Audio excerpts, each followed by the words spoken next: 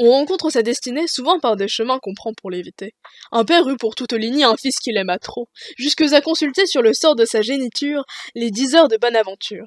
Un de ces gens lui dit que des lions surtout, il éloigna l'enfant jusque à un certain âge, jusqu'à 20 ans, point d'avantage.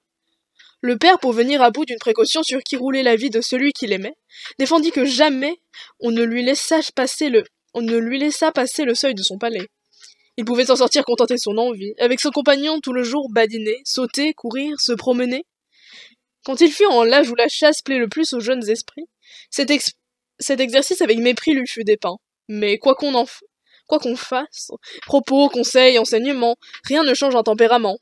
Le jeune homme, inquiet, ardent, plein de courage, à peine se sentit des bouillons d'un tel âge qu'il soupira pour ce plaisir. Plus l'obstacle était grand, plus fort fut le désir. Il savait le sujet des fatales défenses. Et comme ce logis, plein de magnificence, abondait partout en tableaux, et que la laine et les pinceaux traçaient de tous côtés chasses et paysages, en cet endroit des animaux, en cet autre des personnages, le jeune homme s'émut, voyant peint un lion. « Ah, monstre !» cria-t-il. « C'est toi qui me fais vivre dans l'ombre et dans les fers !» À ces mots, il se livre au transport violent de l'indignation, porte le poing sur l'innocente bête. Sous la tapisserie, un clou se rencontra, ce clou le blesse. Il pénétra jusqu'au ressort de l'âme, et cette chère tête pour qui l'art d'Esculape en vain fit ce qu'il put, dut sa perte à ses soins compris pour son salut. Même précaution nuisit au poète Échille. Quelque devin le menaça, dit-on, de la chute d'une maison. Aussitôt il quitta la ville, mit son lit en plein champ, loin des toits, sous les cieux. Un aigle qui portait en l'air une tortue passa par là, vit l'homme et sur sa tête nue, qui parut un morceau de rocher à ses yeux, étant de cheveux dépourvus, laissa tomber sa proie, afin de la casser. Le pauvre Échille ainsi sut ses jours avancer.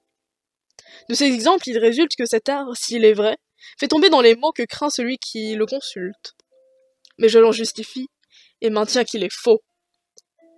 Je ne crois point que la nature se soit liée les mains, et nous les lie encore jusqu'au point de marquer dans les cieux notre sort.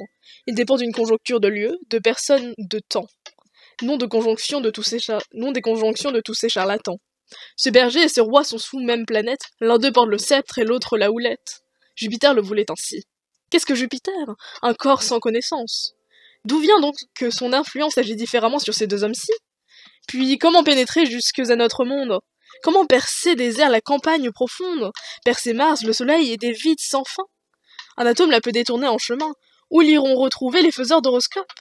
L'état où nous voyons l'Europe mérite que du moins quelqu'un d'eux l'ait prévu. Que ne l'a-t-il donc dit? Mais nul d'eux ne l'a su. L'immense éloignement, le point et sa vitesse, celle aussi de nos passions, permettent-ils à leur faiblesse de ne suivre pas à pas toutes nos actions? Notre sort en dépend. Sa course entresuivie ne va, non plus que nous, jamais d'un même pas. Et ces gens veulent au compas tracer les cours de notre vie? Il ne faut point s'arrêter aux deux faits ambigus que je viens de vous conter.